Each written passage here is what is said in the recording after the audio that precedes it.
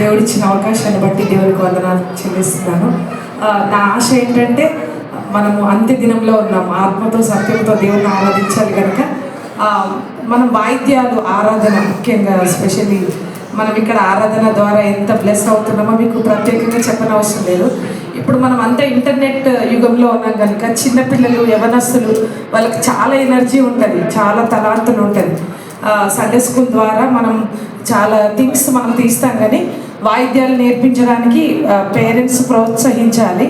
So one of the మంచి best platform ఏంటంటే హలల్ music school. కొనగలిగే వాళ్ళు బుక్ కొనుక్కోవచ్చు, బుక్ కొంటే త్వరగా వస్తుంది, అంతే నా సలహా మాత్రమే. అయితే కొనలేని వాళ్ళు బుక్ని మీరు ఆన్లైన్లో వాళ్ళు పెడతారన్నట్టు నోట్స్ రాసుకోవాల్సి ఉంటుంది. ఆ రాసుకునే క్రమంలో తప్పుపోతుంది, మళ్ళీ రాసుకున్న పేపర్లు మిస్ అవుతాయి, కాబట్టి బుక్ కొనుక్కోవాలి. అదర్వైజ్ చాలా బాగుంటుంది. మీకు హలల్ మ్యూజిక్ స్కూల్ ఒక మంచి platform. Every month 3rd new batch start అవుతుంది. అండ్ ఇప్పుడు రేపు గిన్నీస్ సర్టిఫికేట్ డిస్ట్రిబ్యూషన్ ఉంది విక్టరీ ఆడిటోరియంలో. మీరు ఎవరైనా రావాలంటే కూడా వచ్చి చూడొచ్చు. అండ్ WWW 3 విషయాలు చెప్తాను. W అంటే first W is worship. A church A denomination అయినా ప్రతి చర్చ్లో ఆరాధన అనేది మస్ట్.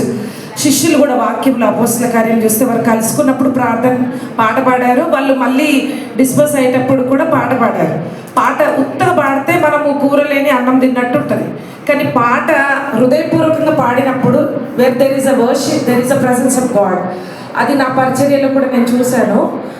ఇప్పుడు ఎలాగ మీరు కేర్ సెల్స్ పెట్టినారో అలాగా మేము చిన్న గ్యాదరింగ్స్లో పాటలు పాడినప్పుడు దురాత్మ పట్టిన వాళ్ళు బయటికి రావడం అంటే అక్కడ గాడ్స్ ప్రెజెన్స్ ఉంది. ఎక్కడైతే వెలుగు ఉంటుందో అక్కడ చీకటి ఉండదు. కాబట్టి నేను ఎందుకు ఆఫ్టర్ నేను ఈ మ్యూజిక్ పిల్లలందరినీ చిన్న చిన్న హృదయాల్లో దేవుని గూర్చిన స్తుతి ఆరాధన ఉండాలని కీర్తనల గ్రంథం 8వ అధ్యాయం ఉంటుంది కదా, చిన్న పిల్లల స్తుతుల మీద దేవుడు గొప్ప దుర్గమును స్థాపిస్తాడంట.